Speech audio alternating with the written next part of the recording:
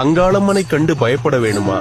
மனித எலும்புகளை உண்ணுமா என்றால் கண்டிப்பாக இல்லவே இல்லை.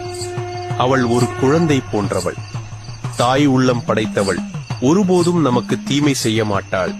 மாசி ஒரு நாள் அமாவாசையில் சிவனின் பிரம்மகத்தி தோஷம் நீங்க சூறையாட மயானம் செல்லும் அங்காளம்மனை ஆவேசப்படுத்தவே முழங்கால் சில்லெலும்பை முறுக்கென்று சங்குரித்தாள், கணுங்கால் சில்லெலும்பை கரும்பென்று சங்குரித்தாள் என அம்மனை பாடி அழைப்பார்கள். அன்னை அந்த பாடலால் ஆவேசமாக மயானம் செல்வாள். அவளை ஆவேசப்படுத்த பாடப்படும் பூசாரி பாடல் மட்டுமே இது.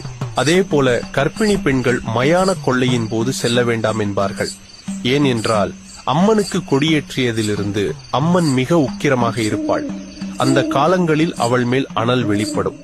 அப்போது கர்ப்பிணிகள் சென்றால் சிசுவுக்கு பாதிப்பு வரலாம் என்பதால் சொல்வார்களே தவிர ஒரு நாளும் நம்மை காக்கும் தெய்வம் தீங்கு செய்யாது. ஆனால் நமக்கு தீங்கு செய்பவரை நொடி பொழுதில் முடிப்பாள். சர்வமும் அங்காளிமயம்.